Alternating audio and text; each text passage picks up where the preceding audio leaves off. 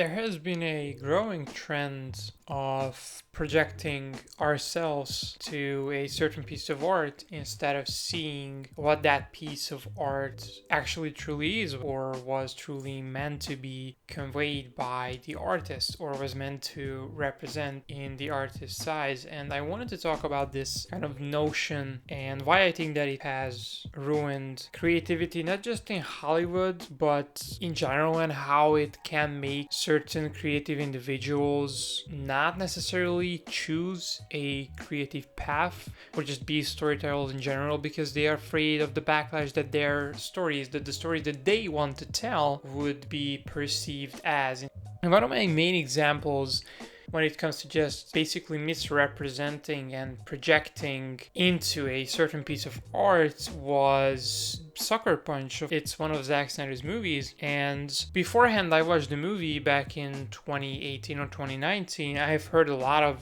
kind of bad things about it, that it's a terrible movie, that it's misogynistic even, and being aware of how Zack Snyder treats women and portrays them in their films, I was on the fence of the criticisms, and then I watched the movie, and then I absolutely had nothing of the sort. That I was actually feeling the exact opposite, that I thought it was a very empowering story and the very profound one at that. But that movie, even back in 2011 when it came out, it has struck a lot of nerves with the critics and the quote-unquote fans, and the movie was called ranging from sexist to misogynistic and a lot of really bad things, and even Zack Snyder was called misogynistic, which is probably one of the weirdest terms that I've ever heard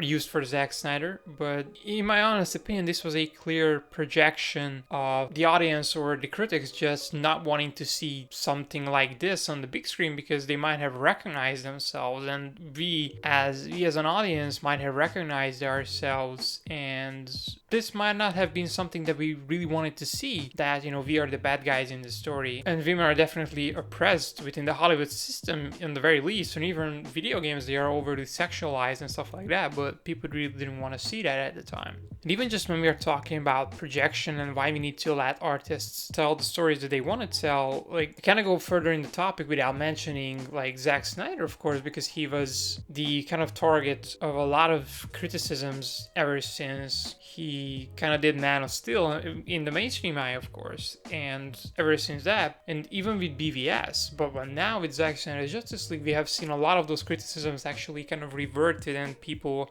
coming out and celebrating his art finally. Instead of perceiving the art for what it wasn't, they perceived it for what it truly was. And I think that's a very liberating thing in the sense. But one of the bigger questions raised in Batman v Superman was the Superman question, and I always thought that was a very profound and interesting question. And the question, of course, there was, must there be a Superman? And what really struck out to me in the kind of sequence within the movie is that when they were talking about Superman in the TV talk show kind of section, they say that we project ourselves onto him. And this really struck me as this meta line, as of course Zack has been the target of a lot of these projections and just wanting to perceive art for what it is not. Well, one of the more kind of famous tweets that really struck into my mind when I was making this video was the tweet written by James Mangold, of course, a pretty big profile Hollywood director, which I'm gonna put on the screen right now. And to me, when I saw that, I immediately gravitated towards the idea that, yes, I completely agree with this, and I feel like that the pressure put on artists have become so astronomical and, in my honest opinion, simply not a logical thing. The same thing kind of happened with Star Wars when the prequels came out, is that people put too much pressure on kind of George Lucas, if you will, but he wanted to tell his own story, he wanted to do his own thing, but he also wanted to please the fans by providing a lot of background lore and politics into his movies, because he thought that people bought a lot of those books containing the lore of the universe, and he thought that this might interest them in a sense. But he wanted to tell his own story, and there was kind of a rift created with the prequels, which still exists today for some odd reason, instead of just acknowledging the whole story of Star Wars from episode 1 to episode 6. And recognizing that the prequels are an entirely different thing from the original movies, but they are still this part of the same saga or the same story, if you will. But when we are talking about these big franchises such as Star Wars or even DC, working with an established franchise or an established story is an entirely different thing than creating something new from the ground up or quote unquote rebooting a franchise, as was with the case with the Snyderverse, because the Snyderverse wasn't continuing any of the previously movies. It was a kind of a reboot, refresh start with Man of Steel, and this is why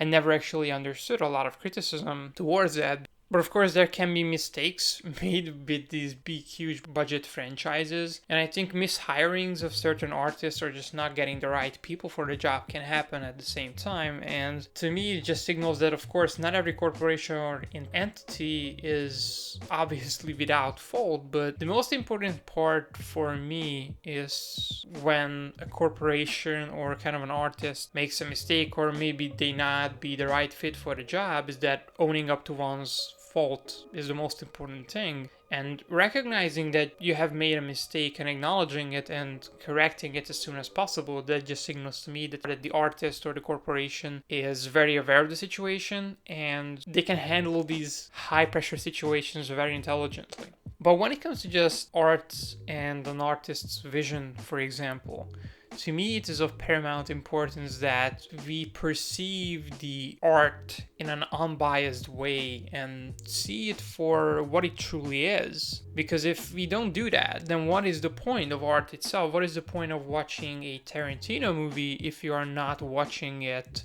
for what Tarantino wants you to see in that movie? You're watching it because you want, let's say, a Fast and Furious movie, but you're obviously not going to get that. Let's say you're going to watch a Tarantino movie, but you want to see a Christopher Nolan movie. You're obviously going to be disappointed because you don't perceive the film for what it truly is. A film directed by Quentin Tarantino, not by Christopher Nolan. And to me, an artist's job is to ask the questions that we are afraid to ask ourselves, and to hold up a mirror to society so we can recognize certain faulty aspects of our lives and strive to be better because of the art presented to us, or the kind of mirror that the art held up to us. The kind of main point for this kind of whole argument or video would be to